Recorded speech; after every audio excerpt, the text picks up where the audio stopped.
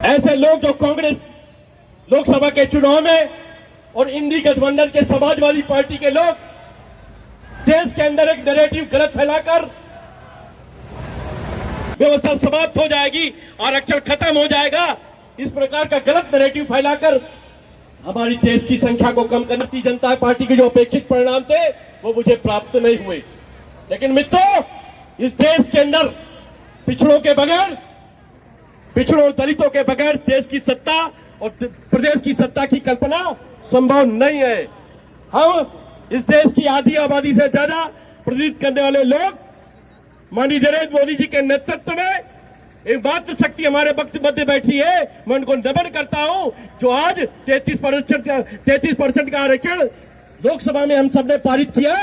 आगे आने वाले समय में 2029 में ये पिछड़े वर्ग के जो हमारी मात्र शक्ति है, इनको लोकसभा और विधानसभा के नगर पालिका में अधिक से अधिक सम्मान, उचित स्थान सम्मान सिर्फ भारतीय जनता पार्टी ने दिया है।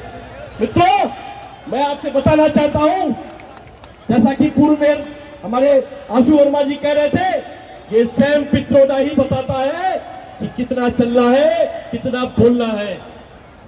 हम ऐसे दल के लोग हैं, जब हमारे विपक्ष के नेता आदरणीय अटल बिहारी वाजपेयी जी विपक्ष के नेता थे तो संयुक्त राष्ट्र के संघ में हमने जाकर इस देश की मान सम्मान और स्वाभिमान की रक्षा के लिए अपना वक्तव्य दिया था।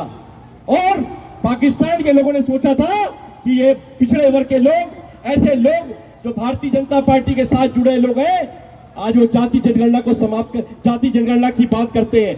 हमने 33% आरक्षण दिया है। हम पिछड़ों को उचित स्थान सम्मान सिर्फ और सिर्फ भारतीय जनता पार्टी दे रही है। हमने केंद्र की सरकार में 27 मंत्री दिए, हमने प्रदेश की सरकार में पिछड़ों को उचित स्थान सम्मान दिया, दलितों को उचित स्थान सम्मान दिया। मैं वास्तव में बताना चाहता हूं, ये सब काका कालेकर की रिपोर्ट हो, कांग्रेस का बेनकाब चेहरा हम सबके सामने है। आज क्या भारतीय जनता पार्टी में जो ओबीसी मोर्चा की स्थापना हुई है, देश की आधी आबादी में हम सब हैं। अपने आधार अस्तित्व को पहचानिए पिछड़े वर्ग के लोग, अपनी ताकत को पहचानिए।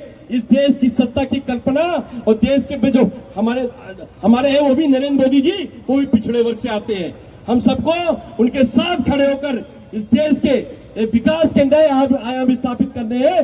निश्चित रूप से जो आरक्षण विरोधी बयान दिया है, हम सब उसको शर्मनाक कहते हुए और उसका विरोध करते हैं और राहुल गांधी से माफी मांगने के लिए बाध्य करते हैं। जय हिंद, जय भारत, जय जय श्री राम, भारत माता की जय।